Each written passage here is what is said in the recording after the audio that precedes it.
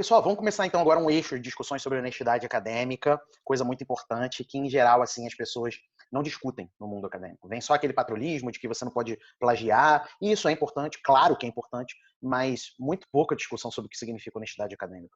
O que pode, o que não pode, o que não deve ser feito. E quando que você se encontra numa posição vulnerável, até de maneira inconsciente, até de boa fé. Então, eu separei uma série de discussões muito importantes sobre honestidade acadêmica, para vocês entrarem alinhados na discussão de escrita acadêmica estratégica, sem medo, sem travas, porque vocês vão saber com mais clareza os limites e possibilidades de escrita acadêmica e os pontos de vulnerabilidade que você não vai cometer. Então, vamos lá.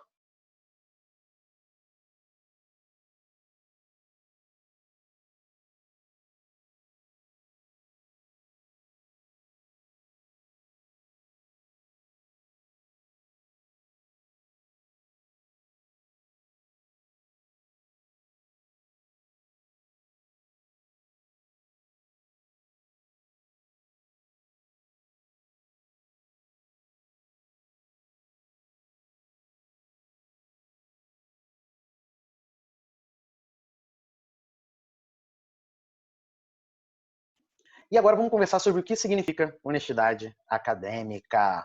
É isso aí, vamos pensar aqui um pouco uma definição que pode nos ajudar ao longo da nossa discussão sobre honestidade acadêmica. Olha só, conjunto de ações destinadas à proteção da idoneidade, cientificidade, lisura e rigor do autor e da sua produção acadêmica. Então, quando a gente fala de honestidade acadêmica, a gente está protegendo as duas coisas, o autor e a sua produção. Às vezes, você escorregou, deslizou, você, autor, fica protegido e a produção não. Às vezes, a produção fica protegida e o autor não. Às vezes é um desastre, que é o que acontece com a maioria das pessoas. Tanto o autor quanto a produção já era, tá? E a gente, que não vai cometer esses equívocos, a gente mantém o nosso nome e a nossa produção intactos, né? Lembrando que as práticas de honestidade acadêmica estão relacionadas à idoneidade. Então, isso daí é consciente. A pessoa inidônea, ela é conscientemente inidônea, né? Cientificidade, às vezes tem manipulação de dados, alteração de dados. Lisura, né? O jogo limpo, fair play e o rigor, né? Às vezes tem gente que descuida intencionalmente na metodologia para conseguir coisas que não conseguiriam, né? Então tá aí o que significa honestidade acadêmica. E se você estiver ligado nisso, a tua vida na escrita acadêmica fica muito mais fácil, porque você não tem peso nas costas. Você não tem dívida de idoneidade, você não tem dívidas de travesseiro que você pensa que um dia alguém vai descobrir. Né? Então pratica as ideias de honestidade acadêmica que eu vou trazer, porque você vai ficar bem no travesseiro, você vai ficar tranquilo no travesseiro. E isso é impagável, né? Especialmente na produção acadêmica, que ela depende muito do nosso nome. Beleza? Então vamos em frente.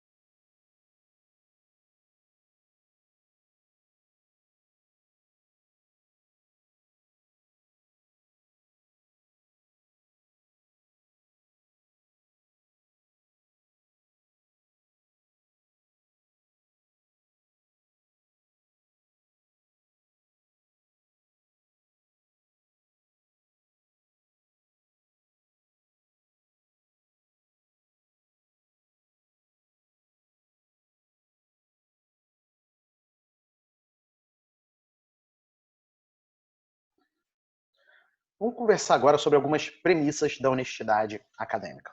Coisa assim que são background de tudo, né? E que você tem que seguir quase como se fosse um mantra, né? Honestidade acadêmica é premissa da produção acadêmica. Ou seja, nada adianta você ter uma produção excepcional se você descumpre certas regras ou certas boas práticas de honestidade acadêmica. Ou seja, isso é premissa, tá? E premissa inegociável. Inegociável. Uma premissa absoluta. E aí tem duas coisas básicas que decorrem dessa premissa, né? A primeira é que você não pode usar uma ideia como sua. Ou seja, se você está usando a ideia de alguém, você não pode usar como se fosse uma invenção sua. E a mesma coisa, não use um texto como seu. Ou seja, se você usar o texto de alguém, dê crédito a esse texto, não passe a impressão de que ele é seu. Né? Ou seja, duas coisas básicas de premissa, de honestidade acadêmica e que, na verdade, devem estar muito claras na cabeça de todos. Por quê? Quando a gente se dispõe a abrir pequenas concessões e relativizar, mesmo que pouquinho, essa premissa de honestidade acadêmica, o resto vem em seguida, né? Então quando a gente faz pequenas concessões, a gente depois abre mais um pouquinho, concede mais um pouco, e aí vai concedendo, e aí quando a gente vê, a gente tá cheio de explicação que tem que dar, né? Então, assim, a melhor forma é levem isso como premissa, não descumpram as práticas de honestidade acadêmica, na dúvida, não façam ou perguntem na comunidade, né? Mas tenham isso em mente. Por quê? Porque depois, para você se explicar, você não vai conseguir, né? E depois, se você for fazer um processo seletivo, vamos supor, para concurso, para professor, aí chega na fase de memorial, que a banca pode perguntar, as inconsistências de honestidade acadêmica, se existem, né? Elas podem ser objeto de pergunta e isso não só comprometer a tua aprovação naquele concurso, mas também muitos outros, né? Daí a importância de você levar absurdamente a sério isso e não fazer concessões, mesmo que pequenas, assim como se você vai fazer dieta, você não pode fazer concessões, né? Assim como se você vai para academia, você não pode fazer concessões, aqui, né, na produção acadêmica, você não pode também fazer isso.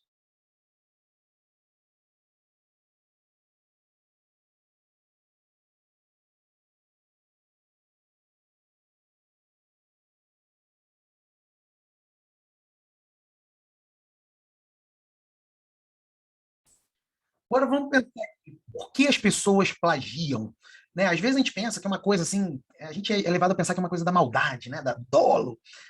Mas às vezes não. Isso não quer dizer que vai deixar de ser plágio, né? Mas não necessariamente porque a pessoa tem uma maldade no coração, intencionalmente quis fazer aquilo e tal, né? Às vezes o plágio acontece porque a pessoa simplesmente tem uma falta de confiança nas suas ideias e na sua linguagem. Às vezes, inclusive, por conta de professores que ficaram colocando minhoquinha na cabeça delas, sabe? E elas não têm uma confiança em si próprias. E elas ficam buscando ideias de outras pessoas, que falaram que elas não podem pensar, que elas têm que ter sempre ideia dos outros, e elas não sabem usar essas ideias, elas não sabem referenciar essas ideias. Então, às vezes pode acontecer por causa disso. Ou então, não sabem como usar as fontes de informação, como manejar uma citação, como manejar um gráfico, um dado, né? Elas não sabem pegar e converter aquilo numa informação respeitando a autoria de quem gerou aquela informação. Às vezes, acontece que a pessoa não sabe fazer citação. Ela acha que citação é simplesmente você escrever com as suas palavras o que o autor disse e lá nas referências você colocar o autor. Ela não sabe que citação tem que a cada trecho que você usa colocar lá autoria, ano e página. Ela simplesmente pensa assim: calma aí, eu já coloquei as referências no final, então não cometi plágio. Mas, na verdade, quando você lê o texto, ela reescreveu as ideias do autor com as suas palavras, ou colocou o texto do autor lá ipsis literis, e só referenciou lá atrás. Só que tem que saber fazer a citação direitinho. Né? E ela, às vezes, comete o plágio porque ela não sabe fazer citação. E é óbvio, tem aquelas pessoas que cometem plágio porque queriam plagiar mesmo, né? E beleza, aí essas aí não tem perdão, né? Não tem perdão. Uma coisa é você plagiar por inexperiência, por minhoquinhas que colocaram na sua cabeça, por falta de instrução que você teve dentro do mundo acadêmico, como acontece com muita gente, né? Outra coisa é você plagiar porque você de fato quis. Aí é bem grave. Mas observe então que o motivo do plágio, ele não necessariamente tem a ver com intencionalidade. E isso é importante da gente saber.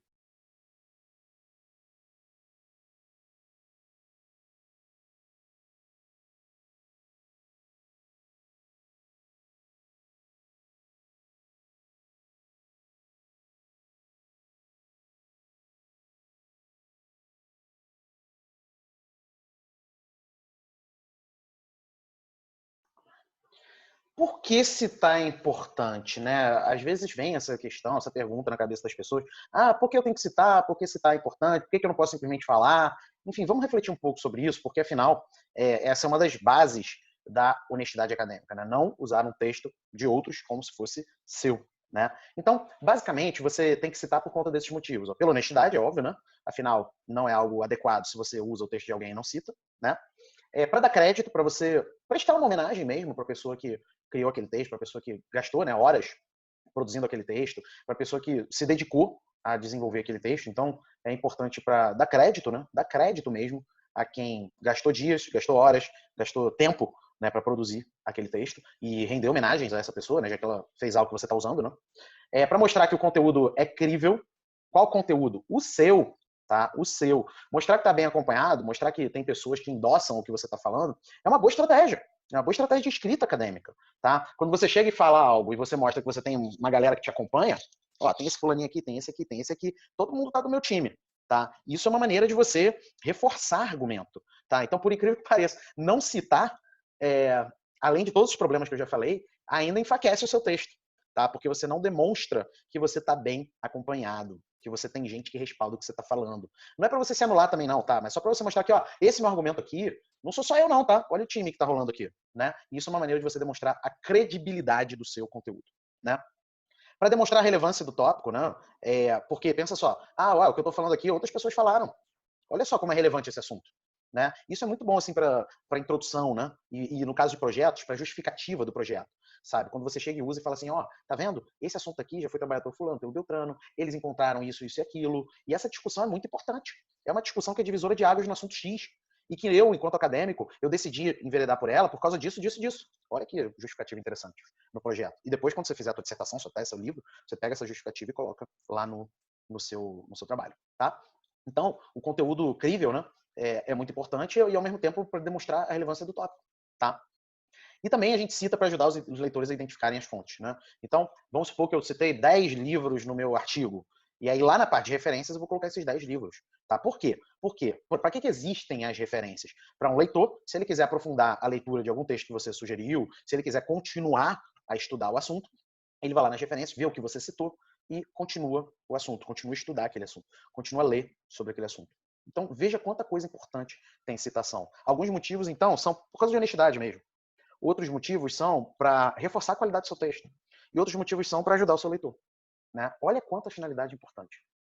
E aí, vamos fazer uma distinção entre fonte, citação e referência, tá? Já até antecipei aqui sutilmente a diferença entre citação e referência. Mas vamos, assim, analisar de uma maneira um pouco mais técnica, beleza? Fonte, qualquer pessoa ou conteúdo do qual você pega informações e usa, independente da credibilidade. Credibilidade que eu digo não é credibilidade para o mundo, não, tá? É credibilidade acadêmica, beleza? De repente, para outras coisas, ele tem muita credibilidade, mas para o mundo acadêmico, não necessariamente, né? Então, fonte é tudo do qual você pega conteúdo, tá? Sites, blogs, colegas seus, televisão, seja lá o que for, tá? E por que para o mundo acadêmico isso não necessariamente tem credibilidade para você usar numa tese, numa dissertação? Porque, às vezes, para o mundo acadêmico, o critério de seleção do que vai ser publicado é em função do Double Blind Review. Né? Então, tem que ter 2 pareceres. Né? Ou seja, fontes não tem 2 pareceres. Então, se você tem um artigo que basicamente usa fontes de sites, notícias, isso não é um bom artigo. Né? Para o mundo acadêmico, ele vai ter maior peso se você também cita fontes que, para o mundo acadêmico, são vistas como mais críveis, como artigos e livros. Né? Felipe, então vamos supor, eu fiz uma análise sobre notícias a favor ou contra o governo Bolsonaro na questão de reforma trabalhista. Vamos supor que um artigo sobre isso. E aí as notícias, eu peguei um monte de notícia, coloquei lá nos meus critérios, quais são os critérios de inclusão e exclusão, e peguei aqui 100 notícias. Tá? Isso quer dizer que essas 100 notícias não valem de nada? Calma aí. Estamos falando de fonte bibliográfica, não é fonte de dados, né? Então, como fonte de dados, a pesquisa que você realizou é sobre notícias, e essas notícias são os dados. Tá? E por isso, por que não usar, se você tem os critérios metodológicos de seleção?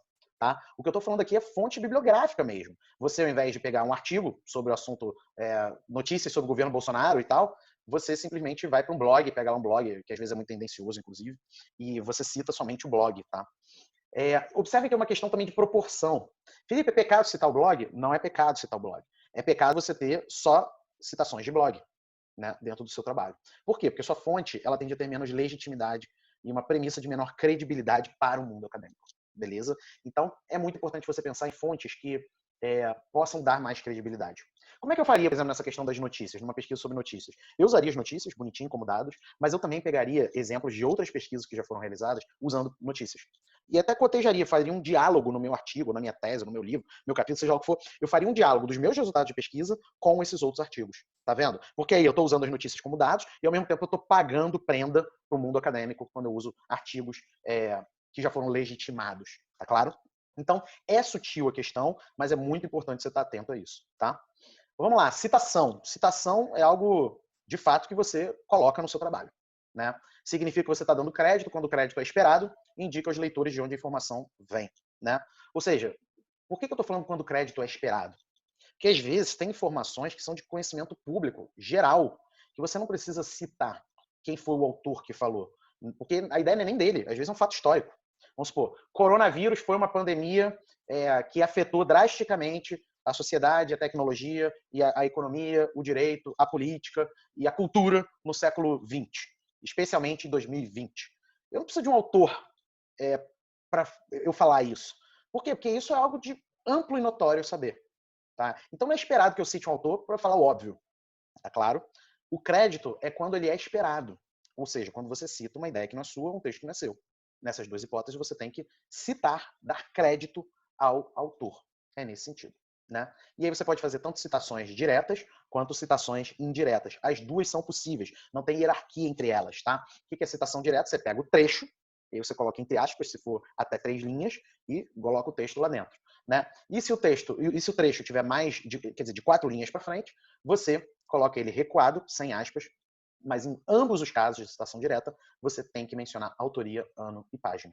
Né? E você ainda pode fazer citação indireta. O que é citação indireta? Você reescreve a ideia do autor com as suas próprias palavras. Mas aí, apesar de você reescrever aquele trecho ou aquela ideia do autor com as suas palavras, você coloca lá autoria e ano. Se for, sei lá, você está escrevendo, você está sintetizando um livro em 3 parágrafos, você só coloca o ano, né? Mas se você estiver reescrevendo um trecho específico, você também coloca a página, beleza? Então, isso é citação. É quando você explicitamente, ao longo do seu texto, dá crédito ao autor, porque é esperado que você dê crédito a ele. Outra coisa é referência. Referência é sempre no final, tá? Em que na referência você vai fazer o quê? Olha lá, você está dando detalhes sobre a citação para que o leitor entenda o tipo de fonte usada, né? Se é uma fonte, se é um artigo, se é um livro, se é um capítulo, se é um resumo, né? E para o leitor, inclusive, julgar a credibilidade dessa fonte, tá? E para que ele possa achar a fonte, para continuar a leitura, tá? E aí o exemplo mais clássico é das referências bibliográficas lá no final. Né? Então vejam, gente, que quando a gente fala de honestidade acadêmica, a gente tem que tomar muito cuidado com essa questão. E mais uma vez, veja que não tem nada a ver com ser antiético, ser canalha, né? Simplesmente, às vezes a pessoa não tem experiência, ela coloca uma citação, uma fonte que não é tão legítima assim para o mundo acadêmico, e ela coloca num patamar tão alto, né? E às vezes artigos e livros que poderiam ajudar mais, ou não são colocados, ou são colocados de maneira inferior, né? Então, às vezes é uma questão de ênfase para você ficar tudo bem aí com o teu texto. Beleza? Então, encerramos citações. Pelo menos essa parte que diz respeito à honestidade acadêmica. Valeu.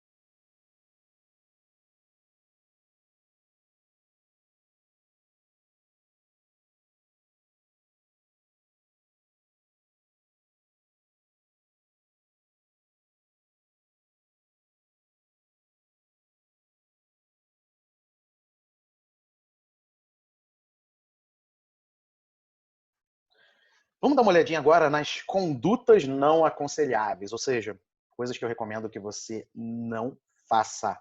Que isso daí é ficar vulnerável, isso aí é, sabe, não dormir tranquilo no travesseiro, é de alguma maneira você ficar numa situação que lá na frente pode não dar em nada, mas que pode comprometer a sua carreira. E você não quer isso, né? Diferente de outras carreiras, que, vamos supor, se um restaurante tem algum problema, é só fechar e abrir outro, né? E aí fica um pouco mais fácil de você mudar a marca. No mundo acadêmico, você é a marca. E por isso é muito importante você não adotar essas condutas que eu vou apresentar. Uso de materiais sem citação de autoria, ano e página. Né? Então, o basicão aí, seja conscientemente plagiando, ou por inexperiência, seja lá o que for, mas não fazer isso. Né? Auxílio direto de outras pessoas. Quando eu falo de auxílio direto, é auxílio para escrita. Tá? Existem, inclusive, sites, né, que a pessoa compra TCCs, compra dissertação. Nunca vi tese, não, mas deve ter sites aí que a pessoa compra tese. E, assim, complicado, né? Não só do ponto de vista ético, moral, né? Porque você está terceirizando uma atividade intelectual, mas também porque é muito difícil você garantir que aquilo lá é original, né?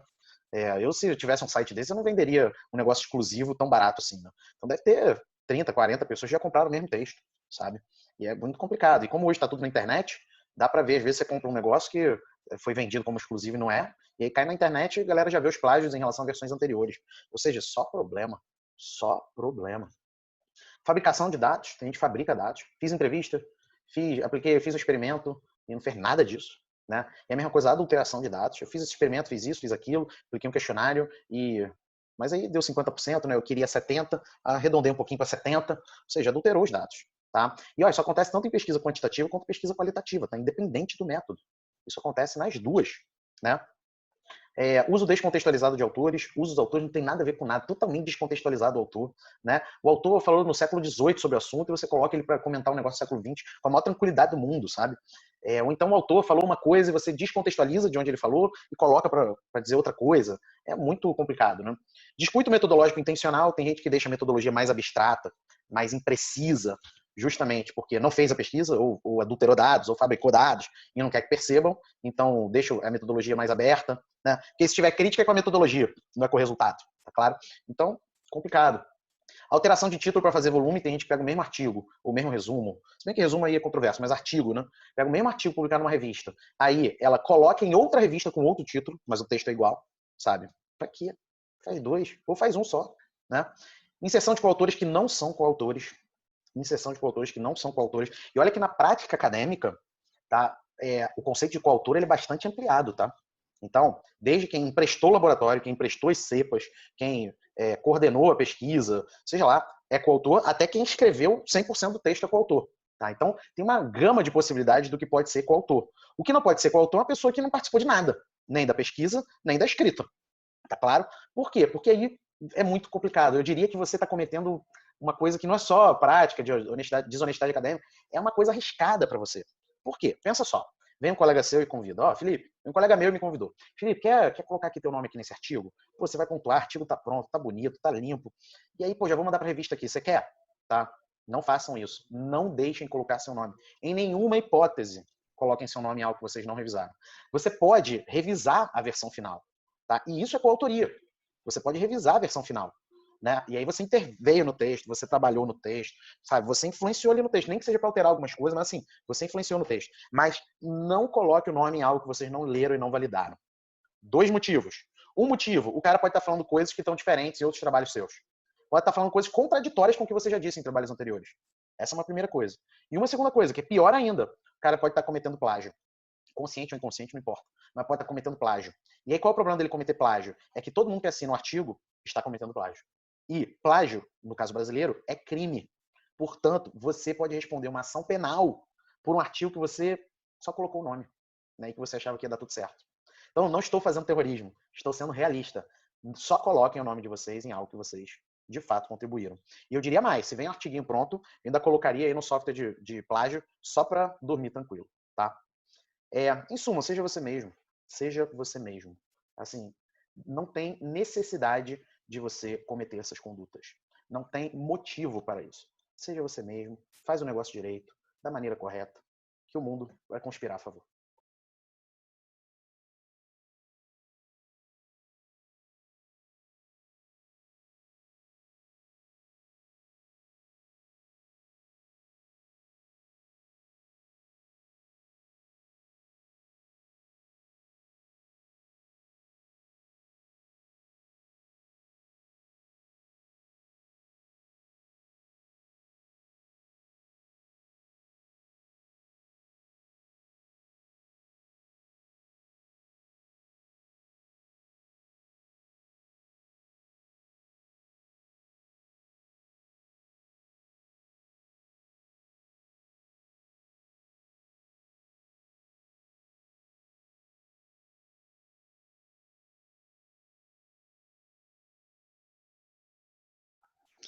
Agora vamos pensar algumas boas práticas de honestidade acadêmica que vocês podem desenvolver, né, e que vão contribuir aí não só para a qualidade do texto, mas para vocês dormirem bem, né?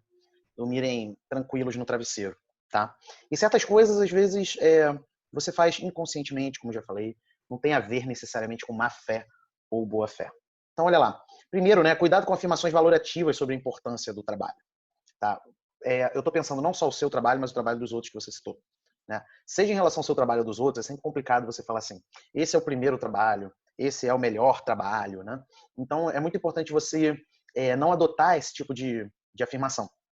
Por quê? Porque a gente só pode afirmar isso se a gente apresenta os critérios para dizer o que é melhor ou pior, e se a gente faz uma vasculha, sei lá, mundial para saber de fato se aquele foi o primeiro trabalho feito sobre aquele assunto, né? Em geral, quando a gente usa isso, a gente não fez uma vasculha mundial, né? E aí acontece que você pode fazer com que certos textos que vieram antes, você ignore e fala que aquele que você está citando é o primeiro, ou que o seu é o primeiro, né?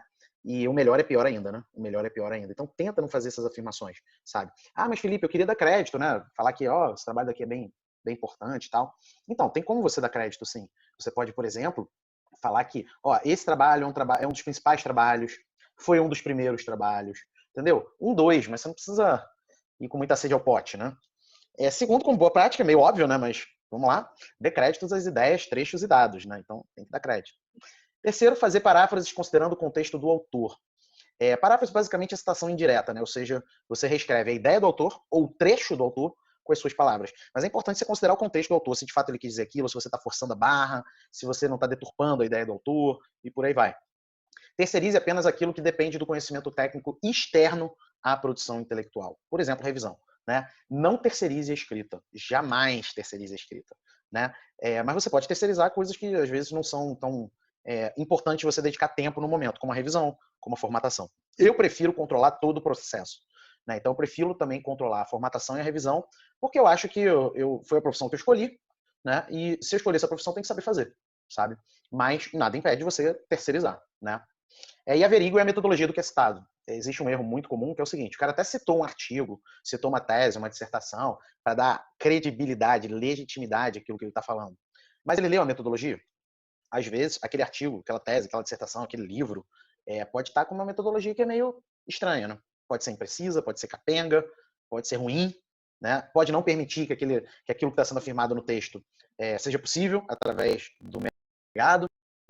Então, é muito importante nas suas boas práticas você identificar a metodologia daquilo que você está citando e averiguar se de fato é uma boa metodologia e se de fato aquilo que é afirmado no texto que você está citando tem suporte na metodologia que foi apresentada pelo próprio autor.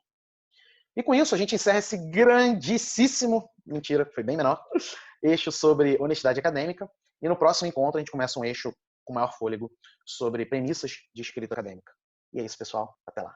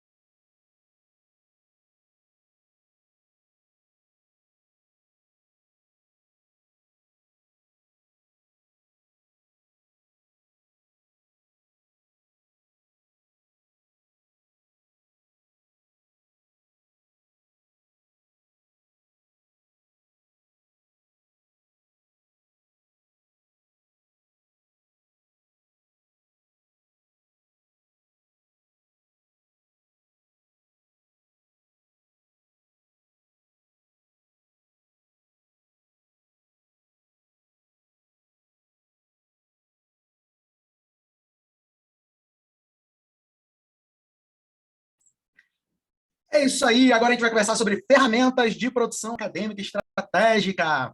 é isso, agora está na hora de você receber a sua primeira caixa de ferramentas aqui no programa de produção acadêmica. Dessa caixa de ferramentas, você vai tirar muitos resultados para a sua produção acadêmica, sem contar as outras ferramentas que você ainda vai receber aqui. Ou seja, se prepara, porque se você usar direitinho as coisas que eu vou te mostrar agora, você já tem muito resultado, né? Então, estou muito feliz em iniciar esse grande eixo aqui contigo e vamos embora conversar sobre que ferramentas são essas. Valeu!